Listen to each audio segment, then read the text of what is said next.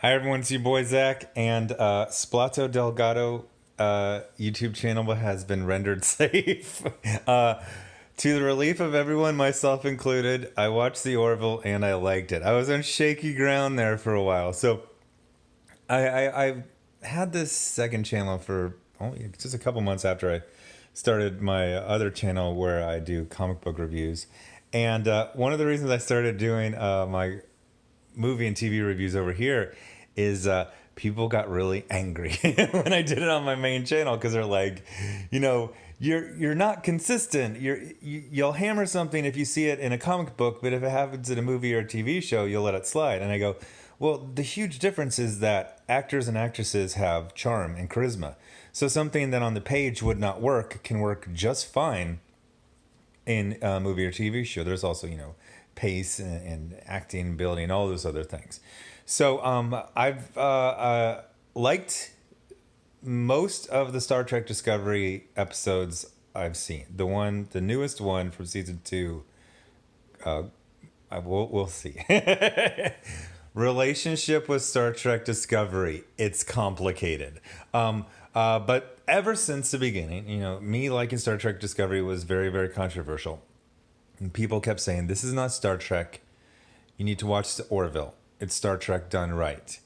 And I liked it. So relationship with the Orville, it's complicated.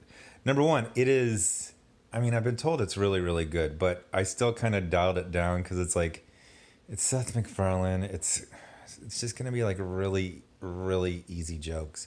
And the thing about this show is that it was basically a fraud. Like, if whatever studio makes it ever wants to get out of, giving profits to Seth MacFarlane, they can just pull one of those, fraud breach of contract bits on him, because this is not a comedy. It's absolutely not a comedy. Why is it billed as a comedy? Yeah, I know it's how they got it, but literally in season 2, we should say, yeah, this is not a comedy. It's sci-fi. It's basically Star Trek if people had like normal human emotions and said dude and drank beers in their free time. Like, that's it. It's Star Trek. Correct me if I'm wrong, people who know more than me about this, but I think I remember reading that Seth MacFarlane actually tried to just straight up pitch, like, let me do a Star Trek TV show. They turned him down. And is it? Well, it wouldn't have been CBS because this is on Fox. Tell me, I think I remember reading somewhere that the people who have the rights to Star Trek, they basically said, hey, you can do this, we understand what you're doing as long as you follow these rules. Am I misremembering that or hallucinating that? Because I really enjoyed this, but I kept saying, how did they not get sued? Because in America, there's strong protection for parody and satire. Thing is, this isn't parody. It's just Star Trek. They switched the names out for things. I didn't even notice what they called the pistols in this. But there's a replicator. There's STNG style ships. There's STNG style uniforms. It's totally looks like another ship in the fleet of whatever year STNG was set in. Somebody said it in one of the comments. It's like the late 2200s.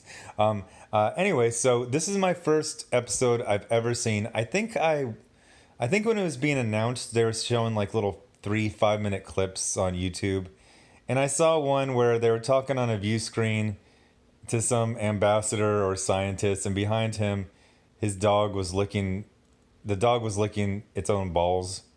I almost misspoke, and it would have sounded like the dog was licking the scientist's balls. What I'm saying is, scientist in the front, couch in the background, dog on the couch, dog licking its own balls or butt. I'm not sure, but I was like, really, that's okay. So it's Star Trek with lame, dumb humor. So I just skipped it. But I was hearing good things from the beginning, but it was one of those things. It's like, I don't want to see something that's sort of Star Trek. So even though I was really, really enjoying it, I watched the episode of Blood of Patriots, and it was good. It was predictable, but it was good. In fact, in some points, it was really great. The acting was really great, and there was even like a good fight. Like the redheaded guy, it was like a good fight in a shuttlecraft. I was really impressed. There's actually a couple of good little fights and stunts in there. And all the women are really pretty, which is a bonus for me. Was Seth MacFarlane in shape at the beginning of season one, or am I misremembering that? Because I seem to remember him being in the publicity stills. He got in shape for a couple of his movies, Million Ways to Die in the West, and was he in shape? Because he's not. he's thick. He's thick. So I had never seen this before, but I kept hearing over and over, it's good, it's good, it's good, it's good.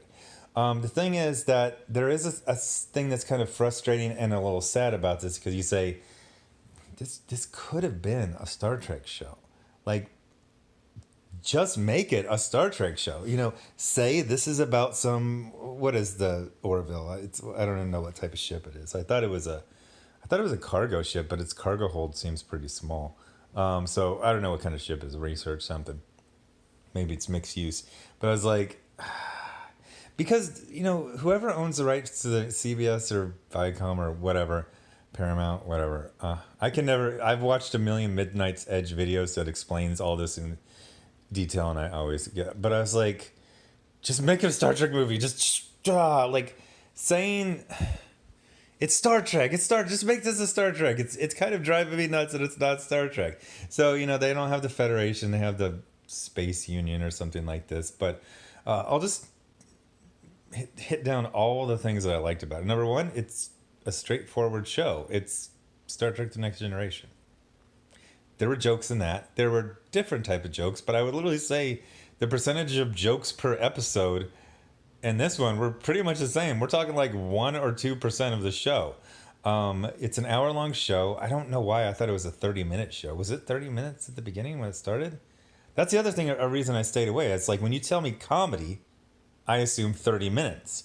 So I'm like, when they're like, oh, it does sci-fi plots. It's like, what kind of sci-fi plot can you do in 30 minutes? But it's just good. Everyone's good. And one of the things I really liked is, even though they were a little like, it is a little, I mean, at least on the first one, it is kind of shocking because you're having a very STNG style conversation with, two regulars and a guest actress. And all of a sudden they use the phrase "get laid," and you're like, what? I wasn't expecting that. I was joking with my buddy the other day. I go, it's got to be really depressing if you live in the Star Trek universe to hear that your sister just got a job on Ryza. But there's humor in the Star Trek universe, and there's things that are funny, and it's fun to kind of point them out. But what I actually really liked is they kept bringing up like the responsibility of their job. They're discussing a peace treaty, and it's not some goofball antics with like two gerbils in the background humping. It's like they're serious about it, and they have different points of view. They have Seth MacFarlane, he's very much a, company man for the Union. And then they got his buddy, I don't know, redheaded something. And he's just kind of like, why are we making a deal with these guys? And it's like, but he's just kind of like going along. So this plot had the redheaded guy had a friend who they knew each other way back in the academy. And this guy was a prisoner of war for like 20 years. So he escapes and he's all messed up. So he's basically, he wants to get retaliation. So there was a good amount of mystery. I mean, the thing with the daughter, well, I thought the daughter was going to be some sort of energy being. She isn't. She just has explosive blood, and it's not his daughter. It's another POW. But there's really, really good acting by who is this guy? Was it Peter Coyote? Some guy. He looks familiar, but he was a friend. And like, it's kind of goofy. STNG was goofy. It's especially goofy now when you see, when you get used to these more advanced, The Expanse and Battlestar Galactica, when you see a ship that is obviously painted wood and carpet, like, it's a little silly. And the uniforms are silly. They have these ranks on their shoulder that I think are supposed to look like metal, but really, really look like plastic. And the gun is kind of silly looking. But then you get this straightforward plot, some really serious, dramatic acting, and you're just like, oh, okay, my brain is a little confused. I would put it this way. I used to, have my little drawing table in high school, and I would have all my drinks, have my little chocolate milk. Sometimes I have like 3 drinks. I'd have like a chocolate milk and a Pepsi and a Mountain Dew. And sometimes you think you're reaching for one thing. You think you're reaching for the chocolate milk.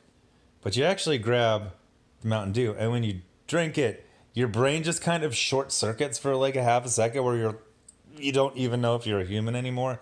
And then your brain goes, oh, I drank the other thing. It's also good. It's not what I expected, but I like it.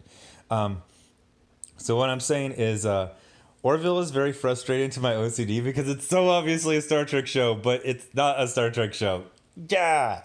That being said, I was comparing it to Discovery, and one of the things I kept thinking about was focus.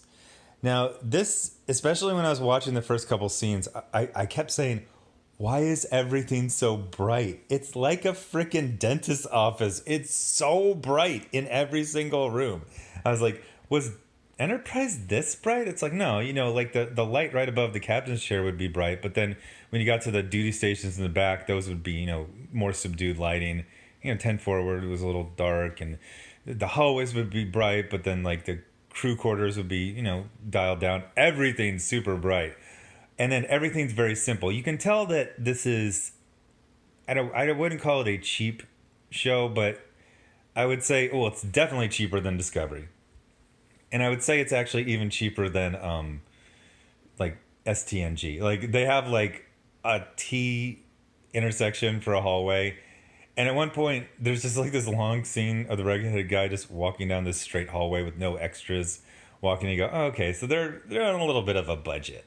But with the budget becomes focus. It's not about the cinematography and everything shaking and the camera's zooming around. It's like, this is going to be real simple. It's going to look like it was filmed in the 80s. We have a limited budget. We have half the, the amount of sets that they had for STNG.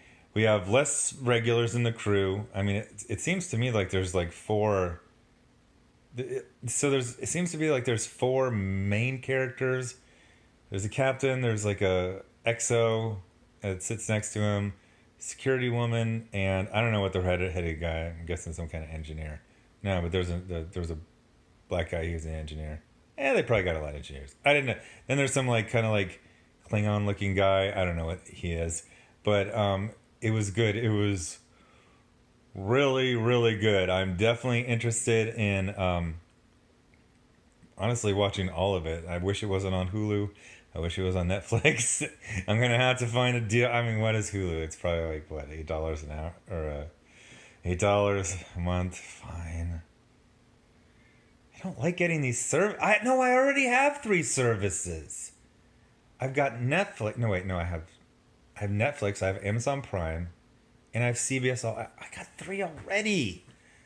Gee, they're bringing us back to the days of 10 years ago where everyone had to pay $80 to $100 a month just to have cable.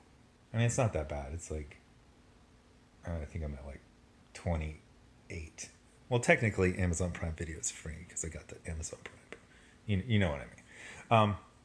All right, I'll get it. I'll get it. So I'll probably work my way all the way through Orville once I finish up with both seasons of Discovery. And like 4 weeks? Yeah, there's only 4 more weeks of season 2. So anyway, tell me what you think about this video. It's not April Fool's. I actually do believe everything I say. I don't like to do bits about what I believe. I'll take the hit when my opinion is very, very, very unpopular, like it was with Avengers Endgame.